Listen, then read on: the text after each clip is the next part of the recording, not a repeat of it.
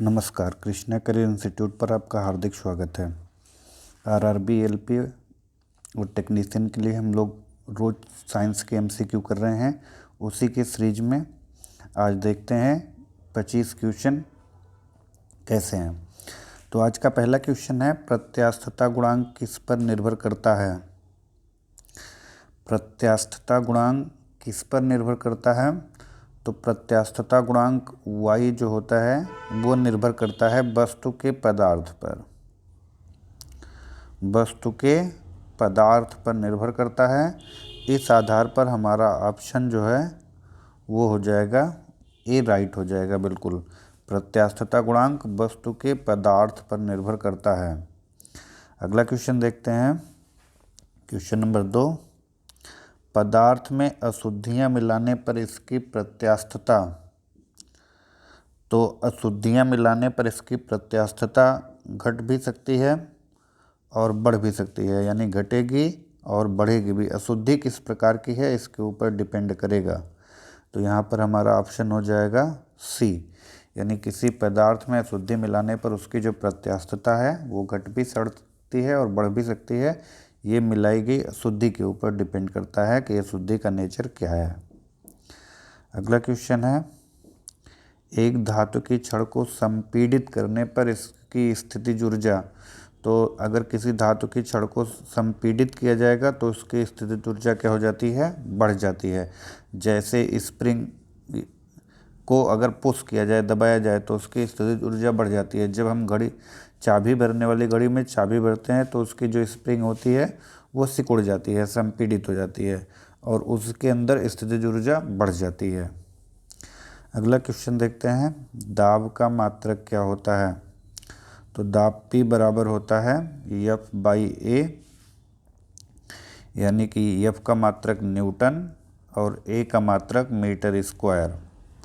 तो इसका मात्रक हो जाएगा न्यूटन प्रति मीटर स्क्वायर, यानी ऑप्शन डी क्या हो जाएगा? राइट आंसर हो जाएगा 4 का। क्वेश्चन नंबर 5, कील एक स्थान पर नुकीली तथा दूसरे सिरे पर चौड़ी बनाई जाती है, इसका कारण क्या है? ओके, तो इसका कारण है कि जब हम कील के एक सिरे को नुकीला बनाते हैं और दूसरे सिरे को चौड़ा बनाते हैं। इसका कारण यह है कि जो नुकीला सिरा है यहाँ पर क्षेत्रफल कम हो जाए और दाब अधिक लगे, इसलिए ऑप्शन क्या हो जाएगा? डी क्या हो जाएगा? राइट आंसर हो जाएगा।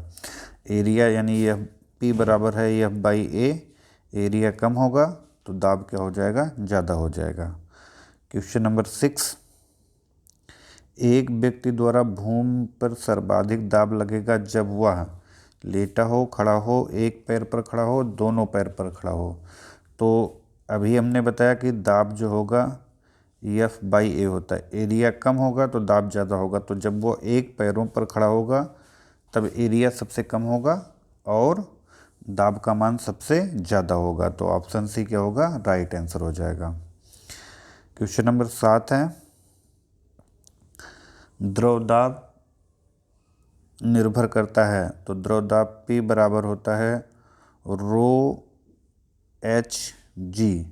तो ये घनत्व पर, गहराई पर और गुरुत्वीय त्वरण तीनों पर निर्भर करता है। इस आधार पर हमारा उत्तर हो जाएगा ऑप्शन डी, बिल्कुल राइट हो जाएगा। अगला क्वेश्चन देखते हैं, जल संचय के लिए बांध तली पर अधिक मोटा बनाया जाता है, क्योंकि तली पर मोटा बनाए जाने का कारण इसलिए है कि गहराई बढ़ने पर द्रव दाब बढ़ जाता है। तो ऑप्शन ए हो जाएगा राइट आंसर। अधिक गहराई पर द्रव दाब क्या होता है? अधिक ज़्यादा होता है, इसलिए नीचे तली को ज़्यादा मोटा बनाना पड़ता है।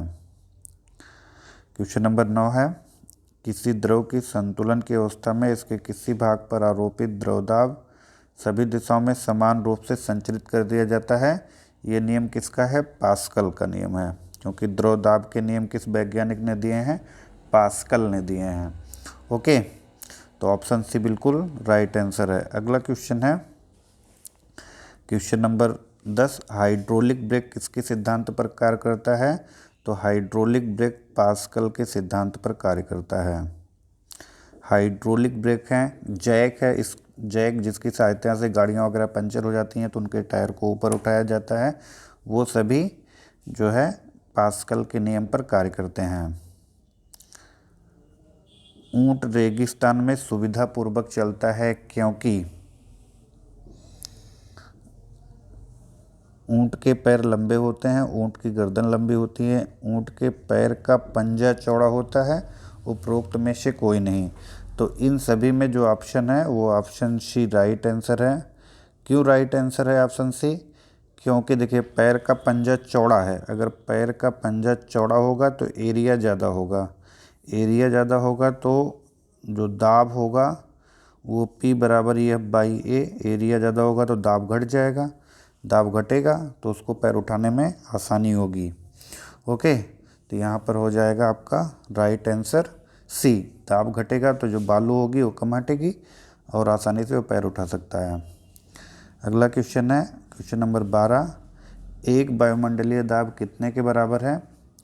तो एक वायुमंडलीय दाब है 1.013 इंटू 10⁵ पास्कल के। तो इस आधार पर आंसर हो जाएगा ऑप्शन ए बिल्कुल सही। क्वेश्चन नंबर 22 है वायुमंडलीय दाब मापने का यंत्र क्या है?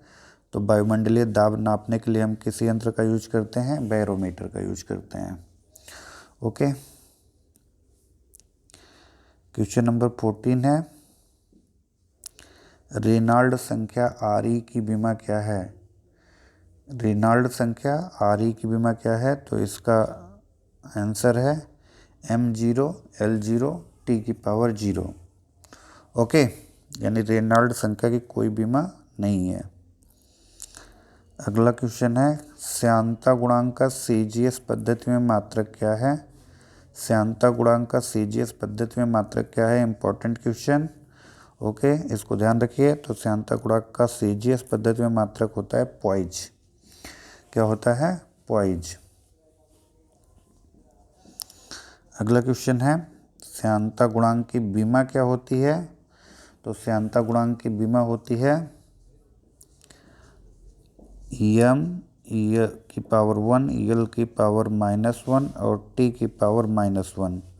ओके, तो इस आधार पर देखिए इसका -1 नीचे आ गया है, इसको थोड़ा सा मिस्टेक हो गया है, लेकिन ऑप्शन ए क्या हो जाएगा? इसका राइट आंसर होगा।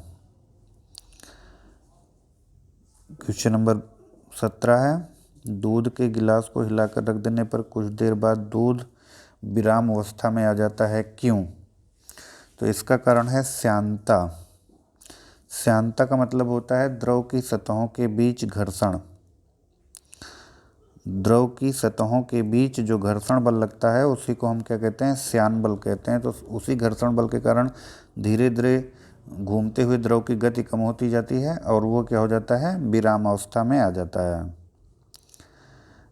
ताप बढ़ाने पर द्रवों की श्यानता क्या हो जाती है? कम हो जाती है। ताप बढ़ेगा तो द्रव की श्यानता क्या हो जाती है?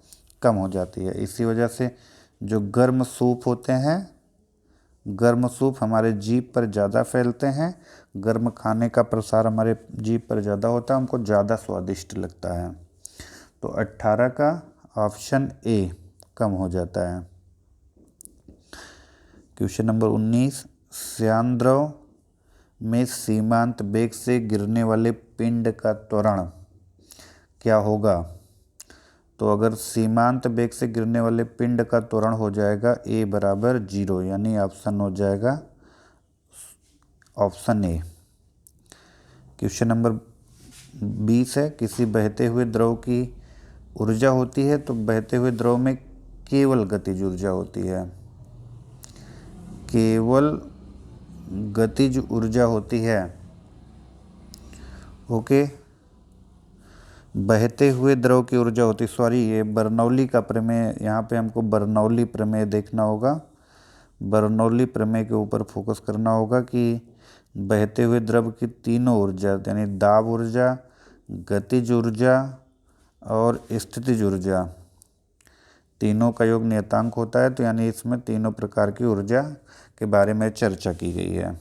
ऑप्शन डी क्या है? राइट आंसर है। बर्नौली प्रमेय आधारित है, तो बर्नौली प्रमेय जो है ऊर्जा संरक्षण के सिद्धांत पर आधारित है। ओके, 21 का ऑप्शन सी क्या है, राइट आंसर है।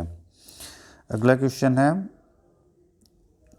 किसी पाइप में द्रव के प्रवाह की दर निर्भर करती है। किसी पाइप में द्रव के प्रवाह की दर निर्भर करती है।